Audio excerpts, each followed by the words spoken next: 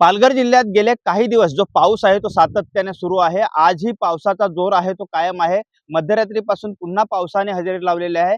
एकूणच पाहायला गेलं तर हा पाऊस चांगला होत असताना जिल्ह्यातील शेतीच्या कामांना जो वेग आहे तो आलेला आहे। जिल्ह्यातील भात शेतीची जी रोपणी आहे त्याजवळ रोपण्या 80% पूर्ण करण्यात आलेल्या आहेत। तर दुसरीकडे आजही पावसाचा जोर कायम असण्याची शक्यता हवामान खात्याने वर्तवलेली आहे आणि पहाटेपासूनच पावसाने दमदार हजेरी आहे ती जिल्ह्यात पुन्हा लावलेली आहे।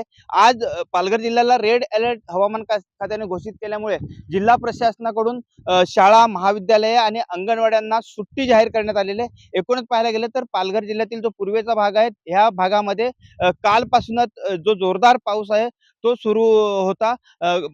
काल संध्याकाळी थोडीशी पावसाने विश्रांती घेतली असली तरी आज पावसाचा जोर आहे तो वाढायला सुरुवात झालेली आहे। एकूणच पाहायला गेलं तर ह्या शाळा, महाविद्यालयांना सुट्टी जाहीर केली आहे। मात्र नागरिकांनाही प्रशासनाकडून सतर्क राहण्याचा इशारा देण्यात आलाय। संतोष पाटील, एबीपी माझा, पालघर। एबीपी माझा, उघडा डोळे बघा नीट।